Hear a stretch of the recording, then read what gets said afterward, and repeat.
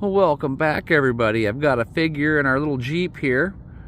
This is one of the Amazon specials, and I wanted to get it out here and give it a good trail run. You know, see if we can find any design flaws, if there's what needs improved, what doesn't. I've disconnected the steering wheel because the steering wheel did move with the servo.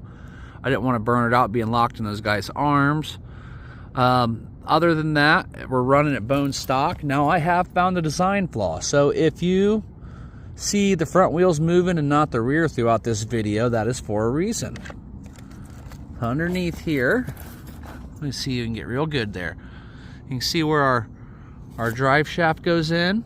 When these springs get too much flex on them, you can see what's happening there.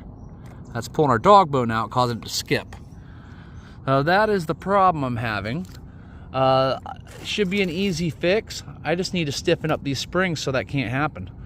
I'm probably going to put a metal spring on there. It's probably going to be my answer for that. Well, let's run it for a while and see if there's anything else we find.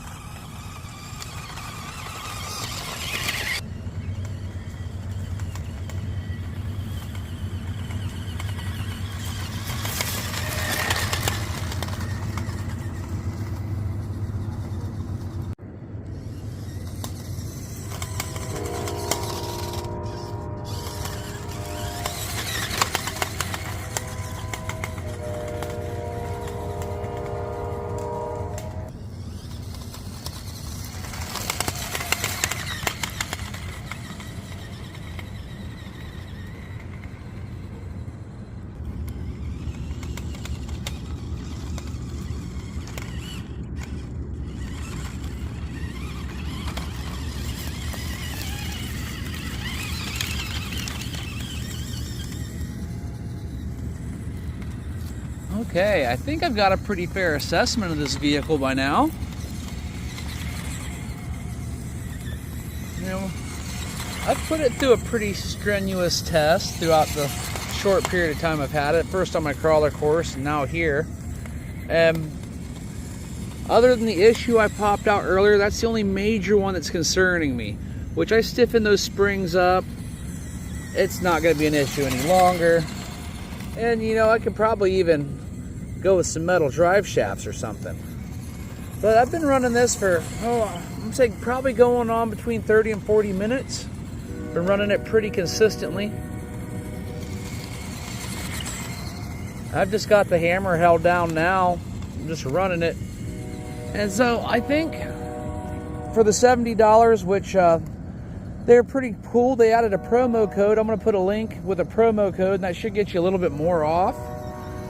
But for the $70, I think it's still a pretty daggone decent vehicle. That hood rattles and claps. It could probably use a magnet for a latch so it doesn't do that.